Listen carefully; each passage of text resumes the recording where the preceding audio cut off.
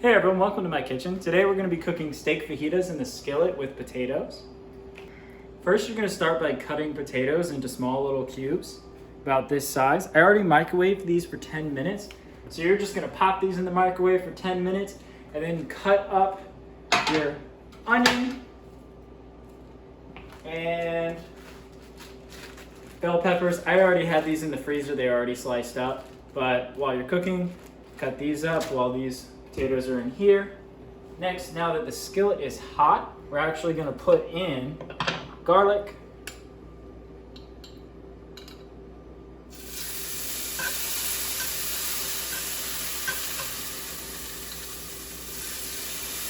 and now that the skillet is really hot, I'm going to need to put the onions in quickly so I don't let the garlic burn.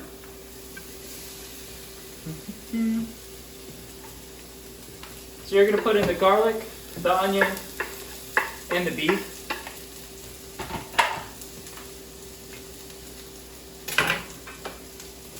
So the beef you're going to have sliced into thin strips, ready to go.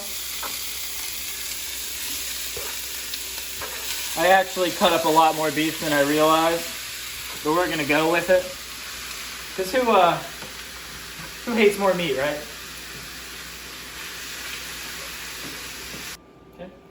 Now that everything's in the skillet and cooking, you're gonna add your fajita seasoning mix.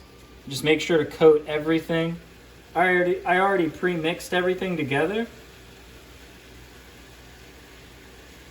Just makes life a lot easier if you already have it together. Then just stir this around and make sure all the beef gets brown. And next you're gonna add the bell peppers and saute them for 2 to 3 minutes.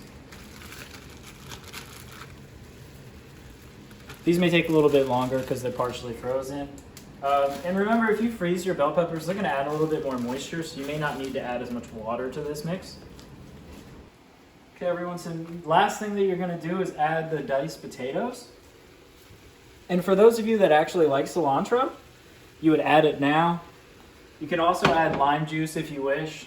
The Southwest Chipotle seasoning I had used had lime already in it, so I'm not going to add any more.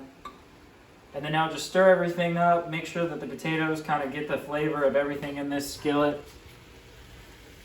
And then you should be good to serve. You can serve it on its own because the potatoes are nice and starchy. You can serve it with rice or refried beans, but this should be a good hearty meal on its own. Now the last thing to do is just a plate.